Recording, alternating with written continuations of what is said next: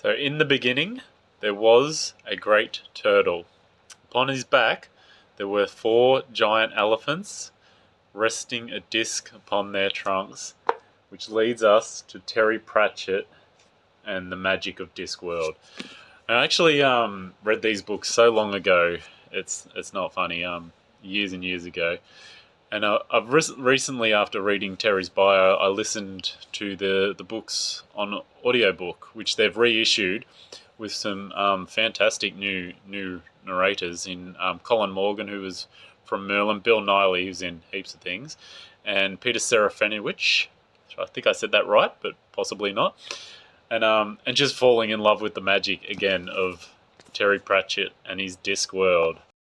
Now, Terry himself would tell you to actually skip the first 2 books, which The Colour of Magic and The Light Fantastic. But to do that, you actually miss some genuinely good stories. Yes, he's written better ones, but you can see where the magic is starting to build and begin. And there's some funny moments in it. There's some great jokes, and you meet, the introduction to these incredible characters. We follow the first one is Rincewind, the wizard, and he's a wizard because it's spelt wizard on his hat with a double Z. I'm not saying that incorrectly, but it's really fantastic. You meet Two Flowers, who's a tourist, and that's where it sort of begins.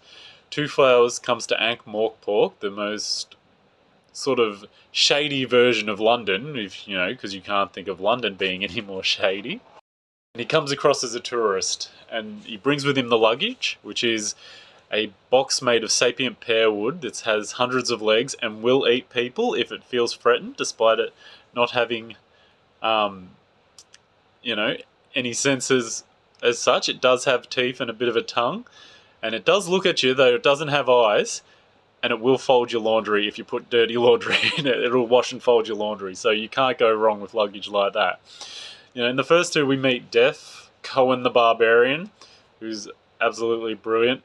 And it begins with this idea that the world's about to end, and Rincewind, who has no real magical ability at all, has one of the great 8 spells in his head. And it's basically that spell's desire to survive, to be there at the right moment to save the Discworld.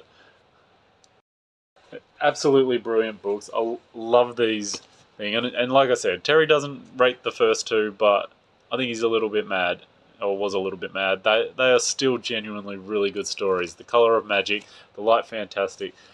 Absolute great pace to start. And I read them in order, but you could pretty much pick up any Discworld novel, but it really starts to build the things. You're introduced to Deft as a character, becomes a lot greater and greater books. He actually has his own sub-genre in the Discworld, because that's how it works.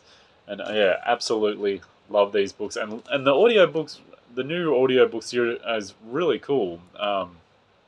It's a great way, like I said, I absolutely recommend reading them, but it was a great way to get back into that magic and really enjoy the story again after all these years.